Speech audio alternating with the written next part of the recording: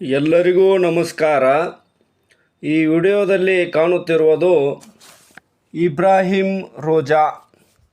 ಇದು ಭಾರತದ ಕರ್ನಾಟಕ ರಾಜ್ಯದ ವಿಜಯಪುರ ಜಿಲ್ಲೆಯಲ್ಲಿ ಕಂಡುಬರುತ್ತದೆ. ಈ ವಿಜಯಪುರವನ್ನು ದಕ್ಷಿಣ ಭಾರತದ ರಾಣಿ ಎಂದು ಕರೆಯಲಾಗುತ್ತದೆ. ಇಲ್ಲಿ ಸುಪ್ರಸಿದ್ಧವಾಗಿರ್ತಕ್ಕಂಥ ಕಪ್ಪು ತಾಜ್ ಮಹಲ್ ಅಥವಾ ದಕ್ಷಿಣ ಭಾರತದ ತಾಜ್ ಮಹಲ್ ಎಂದು ಕರೆಯಲಾಗುವ ಇಬ್ರಾಹಿಂ ರೋಜಾ ಭಾಳಷ್ಟು ಕಲಾತ್ಮಕವಾಗಿ ಸುಂದರವಾಗಿ ಈ ಒಂದು ಸ್ಮಾರಕವನ್ನು ಇಲ್ಲಿ ನಿರ್ಮಾಣವನ್ನು ಮಾಡಲಾಗಿದೆ. ಇದು ವಿಜಯಪುರ KSRTC ಬಸ್ ನಿಲ್ದಾಣದಿಂದ ತೊರವಿಗೆ ಹೋಗುವ ರಸ್ತೆಯ ಮಾರ್ಗದಲ್ಲಿ ಸ್ಯಾಟಲೈಟ್ ಬಸ್ ನಿಲ್ದಾಣದ ಸಮೀಪ ಅದರ ಎದುರುಗಡೆ ಈ ಒಂದು ಭವ್ಯವಾಗಿರ್ತಕ್ಕಂಥ ಸ್ಮಾರಕ ಕಂಡುಬರುತ್ತದೆ. ಎರಡನೇ ಇಬ್ರಾಹಿಂ ಆದಿಲ್ ಶಹಾನು ತನ್ನ ಸಮಾಧಿಗಾಗಿ ಕಟ್ಟಿಸಿಕೊಂಡ ಈ ಕಟ್ಟಡ ಸಮುಚ್ಚಯದಲ್ಲಿ ಎರಡು ಮುಖ್ಯ ಕಟ್ಟಡಗಳನ್ನು ಕಾಣುತ್ತೇವೆ. ಒಂದು ಸಮಾಧಿ ಅಂದರೆ ಇಬ್ರಾಹಿಂ ರೋಜಾ, ಇನ್ನೊಂದು ಅದರ ಪಕ್ಕದಲ್ಲಿರ್ತಕ್ಕಂಥದ್ದು ಆ ಸುಲ್ತಾನರು ಪ್ರಾರ್ಥನೆಯನ್ನು ಮಾಡುವುದಕ್ಕೋಸ್ಕರವಾಗಿ ಮಸೀದಿಯನ್ನು ನಿರ್ಮಾಣವನ್ನು ಮಾಡಿರುತ್ತಾರೆ. 400 ಚದುರಡಿಯ ಕಟ್ಟೆಯ ಮೇಲೆ 1200 ಚದುರಡಿ ಚೌಕದ ಕಟ್ಟಡದ ಅಂತರ್ಭವನ 500 ಚದುರಡಿ. ಈ ಒಂದು ಕಟ್ಟಡ ಅದ್ಭುತ ಅಲಂಕಾರದ ಕೆಲಸದಿಂದ ಕೂಡಿದೆ. ಸುತ್ತಲೂ 2 ಸಾಲು ಕಂಬಗಳಿಂದ ಎರಡೆರಡು ಕಂಬಗಳ ಮೇಲೆ ಕಮಾನುಗಳನ್ನು ಕಟ್ಟಲಾಗಿದೆ. ಈ ಕಟ್ಟಡಗಳ ಗೋಡೆಗಳ ಹೊರಮೈಗೆ ಹೊಂದಿ ಒಂದು ಕಮಾನ ದಾರಿ ಇದೆ ಮತ್ತು ಅದಕ್ಕೆ ಹೊಂದಿ ಇನ್ನೊಂದು ಕಮಾನ ಇರುತ್ತದೆ.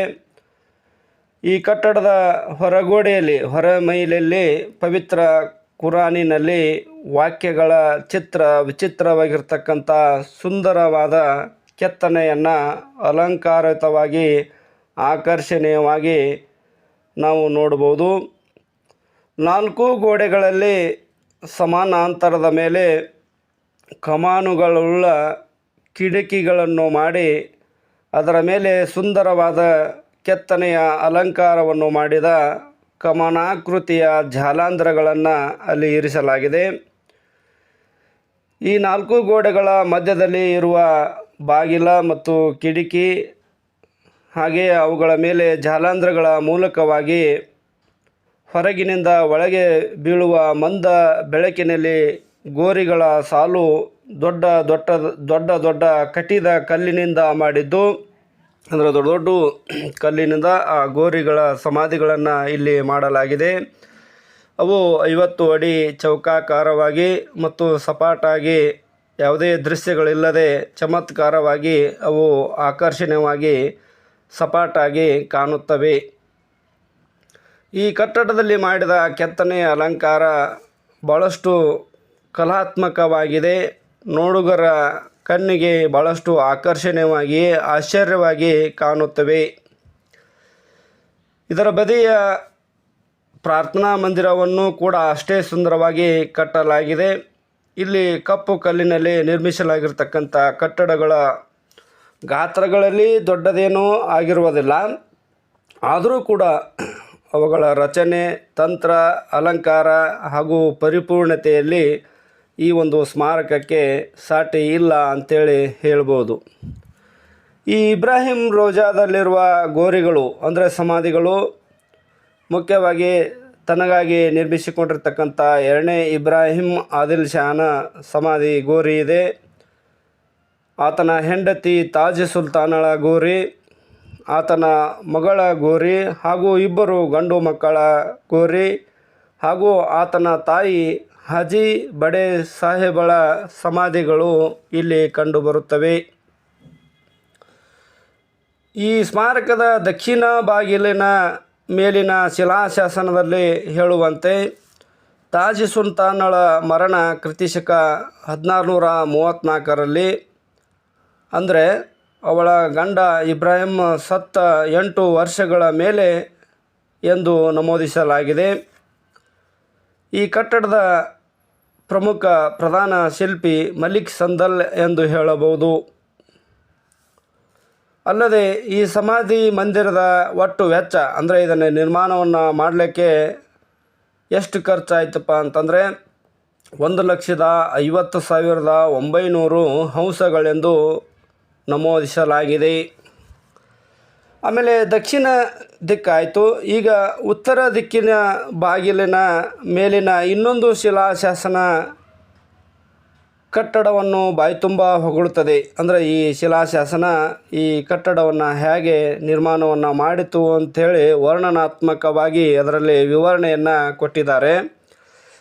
ಅದರ ಪ್ರಕಾರ ಹೇಳುವುದಾದರೆ, ಈ ಶಿಲಾಶಾಸನದ ಪ್ರಕಾರ ಈ ಭೂಮಿಯ ಮೇಲೆ ಇಬ್ರಾಹಿಂ ರೋಜಾದ ಕಟ್ಟಡಗಳು ಎದ್ದು ನಿಂತಾಗ ಸ್ವರ್ಗವು ನಾಚಿ ನೀರಾಗಿ ಇನ್ನೊಂದು ಸ್ವರ್ಗವೇ ಇಳಿದು ಬಂದಂತಾಯಿತು ಎಂದು ಹೇಳಲಾಗುತ್ತದೆ. ಸ್ವರ್ಗದ ಉಪವನಗಳು ಇಲ್ಲಿಯ ಉದ್ಯಾನವನಗಳಿಂದ ಅಲಂಕಾರಗಳನ್ನು ಸಾಲ ಪಡೆದುವಂತೆ ಎಂದು ಈ ಒಂದು ಶಿಲಾಶಾಸನದಲ್ಲಿ ವರ್ಣನೆಯನ್ನು ಮಾಡಲಾಗುತ್ತೆ. ಅಷ್ಟೊಂದು ಸ್ವರ್ಗವೇ ಇಲ್ಲಿದೆ ಅನ್ನುವಂತಹ ಅಂಶಗಳನ್ನು ಇಲ್ಲಿ ಬಿಂಬಿಸಲಾಗಿದೆ. ಅಷ್ಟೊಂದು ಈ ಒಂದು ಸ್ಮಾರಕವನ್ನು ಕೆತ್ತನೆಯನ್ನು ನಿರ್ಮಾಣವನ್ನು ಮಾಡಲಾಗಿದೆ. ಹಾಗಾಗಿ ಆ ಶಾಸನದಲ್ಲಿ ಒಂದು ಸ್ಮಾರಕವನ್ನು ಕುರಿತು ಅಲ್ಲಿ ಹೊಗಳಿಕೆಯನ್ನು ಮಾಡಲಾಗಿದೆ. ಇಬ್ರಾಹಿಂ ಆದಿಲ್ ಶಾನು ತನ್ನ ಹೆಂಡತಿ ತಾಜ್ ಸುಲ್ತಾನಳ ನೆನಪಿನಲ್ಲಿ ಕ್ರಿಸ್ತಶಕ 1626ರಲ್ಲಿ ಈ ಒಂದು ಕಟ್ಟಡವನ್ನು ಕಟ್ಟಿಸಿದನೆಂದು ನಮೂದಿಸಲಾಗಿದೆ. ಆದರೆ ದುರ್ದೈವಶಾತದಿಂದ ಇಬ್ರಾಹಿಮನು ಅದೇ ವರ್ಷ ತೀರಿ ಹೋದುದರಿಂದ ಅವನ ಸಮಾಧಿಯನ್ನೇ ಇಲ್ಲಿ ಮೊದಲು ಮಾಡಲಾಯಿತು. ಅದಾದ 8 ವರ್ಷಗಳ ಅನಂತರ ಅಂದರೆ ತೀರಿಕೊಂಡಿರುವಂತಹ ಅವನ ಹೆಂಡತಿ ತಾಜ್ ಸುಲ್ತಾನಳ ಸಮಾಧಿಯನ್ನು ಅವನ ಬದಿಗೆ, ಅಂದರೆ ಅವನ ಪಕ್ಕದಲ್ಲಿ ಮಾಡಲಾಯಿತು. ವಾಸ್ತವದಲ್ಲಿ ತನ್ನ ಹೆಂಡತಿ ತಾಜ್ ಸುಲ್ತಾನಳಿಗಾಗಿ ಕಟ್ಟಿದ ಕಟ್ಟಡ ತಾಜ್ ಸುಲ್ತಾನ್ ಎಂದು ಪ್ರಸಿದ್ಧಿಯಾಗಬೇಕಾಗಿತ್ತು. ಆದರೆ ತಾಜ್ ಸುಲ್ತಾನಳೆಂದು ಪ್ರಸಿದ್ಧಿಯಾಗಬೇಕಾಗಿದ್ದ ಈ ಕಟ್ಟಡ ಇಬ್ರಾಹಿಂ ರೋಜಾ ಎಂದು ಹೆಸರಾಯಿತು. ಇದಾದ ನಂತರ ಮುಂದೆ 4 ವರ್ಷಗಳ ಅನಂತರ ಕಟ್ಟಲು ಪ್ರಾರಂಭಿಸಿರ್ತಕ್ಕಂಥ ಒಂದು ಭವ್ಯವಾದಂತಹ ಸ್ಮಾರಕ ಯಾವುದು ಅಂತಂದರೆ ಆಗ್ರಾದ ತಾಜ್ ಮಹಲ್. ಆ ಒಂದು ಕಟ್ಟಡಕ್ಕೆ ಈ ಇಬ್ರಾಹಿಂ ರೋಜಾವೇ ಮಾದರಿಯಾಯಿತೆಂದು ಹೇಳಬಹುದು. ಯಾಕಂದರೆ ಇದೇ ಮಾದರಿಯನ್ನು ಅನುಸರಿಸಿ ಆ ಒಂದು ಸ್ಮಾರಕವನ್ನು ನಿರ್ಮಿಸಲಾಗಿದೆ ಎಂದು ಹೇಳಲಾಗುತ್ತದೆ. ಇಲ್ಲಿ ಪ್ರಥಮವಾಗಿ ಕಾಣುವ ಶಂಕುವಿನಾಕೃತಿಯ ಅಥವಾ ಕಮಲದೆಲೆಯ ಶೈಲಿಯ ಗುಮ್ಮಟವನ್ನು ತಾಜ್ ಮಹಲಿನಲ್ಲಿ ದೊಡ್ಡ ಪ್ರಮಾಣದಲ್ಲಿ ಬಳಸಿದ್ದು ಇದಕ್ಕೆ ಸಾಕ್ಷಿಯಾಗಿದೆ. ಶಹಜಾನನು ತನ್ನ ಪ್ರೀತಿಯ ದ್ಯೋತಕವಾಗಿ ತನ್ನ ಪತ್ನಿಯ ಸವಿನೆನಪಿನಲ್ಲಿ ತಾಜ್ ಮಹಲನ್ನು ಕಟ್ಟುವಾಗ ತನ್ನ ಶಿಲ್ಪಿಗಳೊಂದಿಗೆ ಈ ಇಬ್ರಾಹಿಂ ರೋಜಾದ ರಚನೆಯನ್ನು ಚರ್ಚಿಸಿರಬಹುದು. ಇದನ್ನು ಮಾದರಿಯನ್ನಾಗಿ ಇಟ್ಟುಕೊಂಡು ಅದನ್ನು ನಿರ್ಮಾಣವನ್ನು ಮಾಡಲಾಗಿದೆ ಅಂತ ಹೇಳಲಾಗುತ್ತದೆ. ಅಷ್ಟೇ ಅಲ್ಲ, ಕಟ್ಟುವಾಗ ದಕ್ಷಿಣ ಭಾರತದ ಈ ಶಿಲ್ಪಿಗಳನ್ನು ದೆಹಲಿ, ಆಗ್ರಾಗಳಲ್ಲಿ ಆತನು ನಿರ್ಮಿಸಿರ್ತಕ್ಕಂಥ ಕಟ್ಟಡಗಳಿಗೆ ಉಪಯೋಗಿಸಿರಬೇಕು. ಇಲ್ಲಿಯ ಶಿಲ್ಪಿಗಳನ್ನು ಆತ ಬಳಸಿಕೊಂಡಿರಬಹುದೆಂದು ಊಹಿಸಲಾಗಿದೆ. ಈ ಒಂದು ಸ್ಮಾರಕಕ್ಕೆ ಇಬ್ರಾಹಿಂ ರೋಜಾ ಎಂದು ಕರೆಯಲಾಗಿದೆ. ಇಬ್ರಾಹಿಂ ಅಂತಂದರೆ ಈ ಆದಿಲ್ ಶಾಹಿಗಳ ಶ್ರೇಷ್ಠ ಸುಲ್ತಾನ 2ನೇ ಇಬ್ರಾಹಿಂ ಆದಿಲ್ ಶಾ, ಅದು ಆತನ ಹೆಸರಾಗಿದೆ. ಇನ್ನು ರೋಜಾ ಅಥವಾ ರೋಜಾ ಎಂಬ ಪದವು ಮೂಲತಃ ಅರಬಿಕ್ ಪದದಿಂದ ಬಂದಿದೆ. ಇದರ ಅರ್ಥ ಉದ್ಯಾನ. ಅಂದರೆ ಅಂತ್ಯಕ್ರಿಯೆಯ ಸಂಕೀರ್ಣಗಳಿಗೆ ಇದರ ಬಳಕೆಯು ಮದೀನಾದಲ್ಲಿರುವ ಸಂತ ಪ್ರವಾದಿ ಮುಹಮ್ಮದ್ ಅವರ ಸಮಾಧಿಯೊಂದಿಗೆ ಪ್ರಾರಂಭವಾಯಿತು. ಇದನ್ನು ಪ್ರವಾದಿ ಮೊಹಮ್ಮದರವರೇ ರೌಜಾ ಎಂದು ಕರೆದರು. ನಂತರ ಪರ್ಷಿಯನ್ ಪ್ರಭಾವದ ಅಡಿಯಲ್ಲಿ ಅದು ಭಾರತವನ್ನು ತಲುಪಿತು ಮತ್ತು ಸೂಫಿ ದೇವಾಲಯಗಳಿಗೆ ಸೀಮಿತವಾಗಿರದೆ ಹೆಚ್ಚಿನ ಇಸ್ಲಾಮಿಕ್ ಅಂತ್ಯಕ್ರಿಯೆಯ ರಚನೆಗಳಿಗೆ ಈ ಒಂದು ರೌಜಾ ಅಥವಾ ರೋಜಾ ಎಂಬ ಪದವನ್ನು ಬಳಸಲ್ಪಟ್ಟಿತು. ಈ ಮಸೀದಿಯ ನೋಟವು ಗುಮ್ಮಟ ಮತ್ತು 4 ತೆಳುವಾದ ಮಿನಾರುಗಳನ್ನು, ಗೋಪುರಗಳನ್ನು ಮತ್ತು ಅಲಂಕೃತವಾಗಿರ್ತಕ್ಕಂಥ ಕ್ರೆನೆಲೇಷನ್ಗಳನ್ನು ಹಾಗೂ ಸಮಾಧಿಯೊಂದಿಗೆ ಇನ್ನೂ ಅನೇಕ ವೈಶಿಷ್ಟ್ಯಗಳೊಂದಿಗೆ ಕಲಾತ್ಮಕವಾಗಿ ಕೆತ್ತನೆಯನ್ನು ನಿರ್ಮಾಣವನ್ನು ಮಾಡಲಾಗಿದೆ. ಈ ಮಸೀದಿ ಅಥವಾ ಈ ಸಮಾಧಿ ಸುತ್ತಲೂ ಉದ್ಯಾನವನ ಹಾಗೂ ಆವರಣ ಗೋಡೆಯನ್ನು ಒಳಗೊಂಡಿರುವುದಕ್ಕೂ ರೋಜಾ ಎಂದು ಕರೆಯುತ್ತಾರೆ. ರೋಜಾ ಗೋಡೆಗಳ ಮೇಲೆ ಕಲ್ಲಿನಲ್ಲಿ ಕುರಾನಿನಲ್ಲಿ ಅನೇಕ ಸಾಲುಗಳನ್ನು ಕೆತ್ತನೆಯನ್ನು ಮಾಡಲಾಗಿದೆ. ಇದರ ಕಮಾನುಗಳು ಕೂಡ ಅಲಂಕಾರಕ್ಕೆ ಮತ್ತು ನೈಪುಣ್ಯತೆಗೆ ಹೆಸರಾಗಿವೆ. ರೋಜಾದ ಮೇಲ್ಛಾವಣಿಯು 40 ಅಡಿಯ ಚಚ್ಚೌಕಾರದ ಜಂತಿಯ ಭಾಗವೊಂದು ಯಾವ ಆಧಾರವಿಲ್ಲದೆ ತೂಗಾಡುತ್ತಿರುವುದನ್ನು ನೋಡುಗರಿಗೆ ಆಶ್ಚರ್ಯವೆನಿಸುತ್ತದೆ.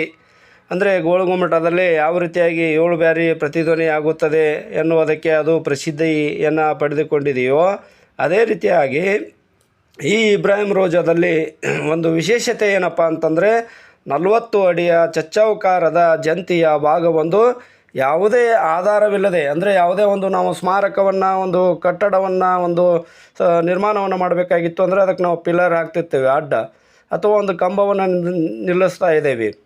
ಅದಕ್ಕೆ ಇಲ್ಲಿ ಯಾವುದೇ ಆಧಾರವಿಲ್ಲದೆ ತೂಗಾಡುತ್ತಿರುವುದು ನೋಡುಗರಿಗೆ ಭಾಳಷ್ಟು ವಿಚಿತ್ರವೆನಿಸ್ತದೆ ಅಂತ ಹೇಳ್ಕೊಂಡು ಹೇಳಬೇಕಾಗ್ತದೆ. ಅದಕ್ಕಾಗಿ ಡಾಕ್ಟರ್ ಕಸಿನ್ ಸರ್ ಅವರು ಈ ಇಬ್ರಾಹಿಂ ರೋಜಾವನ್ನು ದಕ್ಷಿಣ ಭಾರತದ ತಾಜ್ ಮಹಲ್ ಎಂದು ಕರೆದಿದ್ದಾರೆ. ಅಷ್ಟೇ ಅಲ್ಲ, ಫರ್ಗೂಸನ್ ಅಂತಕ್ಕಂಥ ಒಬ್ಬ ವಿದ್ವಾಂಸ ಇತಿಹಾಸಕಾರರು ಕೂಡ ಕುಶಲ ಹಾಗೂ ಕಲಂಕಾರ ಸಮೃದ್ಧಿಯಲ್ಲಿ ಇಬ್ರಾಹಿಂ ರೋಜಾವನ್ನು ಸರಿಗಟ್ಟುವ ಹಿಂದೂಸ್ತಾನದಲ್ಲಿ ಬೇರ್ಯಾವ ಕಟ್ಟಡಗಳು ಕೂಡ ಇಲ್ಲಿ ಇರಲಿಲ್ಲ ಅಂತ ತಿಳ್ಕೊಂಡು ಹೇಳ್ತಾ ಇದ್ದಾರೆ. ಒಟ್ಟಿನಲ್ಲಿ ಈ 2ನೇ ಇಬ್ರಾಹಿಂ ಆದಿಲ್ ಶಹ ಒಬ್ಬ ಶಾಂತಿಪ್ರಿಯ ಸುಲ್ತಾನನಾಗಿರ್ತಾನೆ. ಆತ ಯುದ್ಧ ಪ್ರಿಯನಾಗಿರಲಿಲ್ಲ. ಆತ ಯುದ್ಧಕ್ಕಿಂತ ಹೆಚ್ಚಾಗಿ ಕಲೆ ಮತ್ತು ಸಾಹಿತ್ಯ, ಸಂಗೀತಗಳಿಗೆ ವಿಶೇಷವಾಗಿರ್ತಕ್ಕಂಥ ಪ್ರೋತ್ಸಾಹವನ್ನು ನೀಡ್ತಾ ಇದ್ದಾನೆ. ಆತ ಮಹಿಪತಿ ದಾಸರ ಪ್ರವಚನಗಳಿಂದ ಪ್ರಭಾವಿತನಾಗಿರ್ತಾನೆ. ಹಿಂದೂಗಳ ಪಕ್ಷಪಾತಿಯಾಗಿರ್ತಾನೆ. ಹೀಗಾಗಿ ಆತನು ತನ್ನ ಅರಮನೆಯ ಕೋಟೆಯ ಬಳಿಯಲ್ಲಿ ಈ ನರಸಿಂಹ ದೇವಾಲಯವನ್ನು ಕೂಡ ಆತ ನಿರ್ಮಿಸ್ತಾ ಇದ್ದಾನೆ. ಅವನು ಸಂಗೀತ ಪ್ರಿಯನಾಗಿರ್ತಾನೆ. ಅವನು ಉರ್ದುವಿನಲ್ಲಿ ಕಿತಾಬ್ ಇ ನವರಸ್ ಎಂಬ ಕೃತಿಯನ್ನು ರಚಿಸ್ತಾ ಇದ್ದಾನೆ. ಹೀಗಾಗಿ ಆತ ನನಗೆ, ಅಂದರೆ 2ನೇ ಇಬ್ರಾಹಿಂ ಸುಲ್ತಾನನಿಗೆ, ಆದಿಲ್ ಶಹನಿಗೆ ಜಗದ್ಗುರು ಬಾದಿಶಾಹ ಅಂತ ತಿಳ್ಕೊಂಡು ಕರೀತಾ ಇದ್ದಾರೆ. ಅಷ್ಟೇ ಅಲ್ಲ, ಅವನ ಆಸ್ಥಾನದಲ್ಲಿ ಸುಮಾರು 300ಕ್ಕೂ ಹೆಚ್ಚು ಅಧಿಕ ಸಂಗೀತಗಾರರು ಇರ್ತಾ ಇದ್ದಾರೆ. ಹೀಗಾಗಿ ಆತ ಬಿಜಾಪುರದಲ್ಲಿ ಒಂದು ಅದ್ಭುತವಾಗಿರ್ತಕ್ಕಂಥ ಈ ಇಬ್ರಾಹಿಂ ರೋಜಾವನ್ನು ನಿರ್ಮಿಸ್ತಾ ಇದ್ದಾನೆ. ಅಷ್ಟೇ ಅಲ್ಲ, ತಾಜ್ ಬಹವಡಿ, ಮಲಿಕ್ ಜಹಾನ್ ಮಸೀದಿ ಮತ್ತು ಆನಂದ್ ಮಹಲ್ಗಳನ್ನು ಕೂಡ ಈತ ನಿರ್ಮಿಸ್ತಾ ಇದ್ದಾನೆ. ಅವನು ಚಿತ್ರಕಲೆಯೂ ಕೂಡ ಆನಂದ್ ಮಹಲಿನಲ್ಲಿ ಇದೆ ಅನ್ನುವಂಥದ್ದು.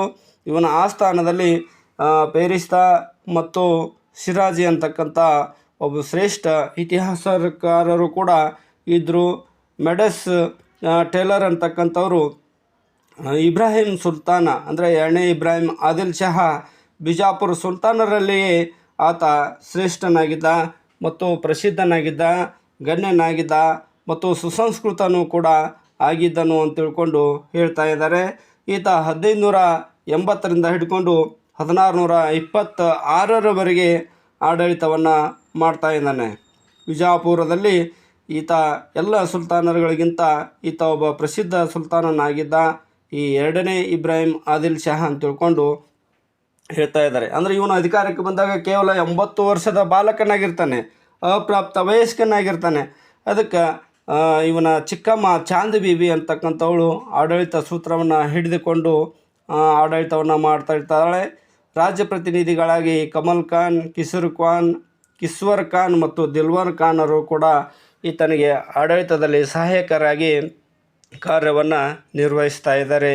ಹೀಗೆ ಕಲಾಸಕ್ತರಾಗಿರ್ತಕ್ಕಂಥ ಎರಡನೇ ಇಬ್ರಾಹಿಂ ಆದಿಲ್ ಶಾನು ಅನೇಕ ಸ್ಮಾರಕಗಳನ್ನು, ಅನೇಕ ಕಟ್ಟಡಗಳನ್ನು, ಮಸೀದಿಗಳನ್ನು, ಭವನಗಳನ್ನು, ಕೆರೆ ಕಾಲುವೆಗಳನ್ನು ನಿರ್ಮಿಸಲಿಕ್ಕೆ ಕಾರಣೀಕರ್ತರು ಆದರು ಎಂದು ಹೇಳಬಹುದು.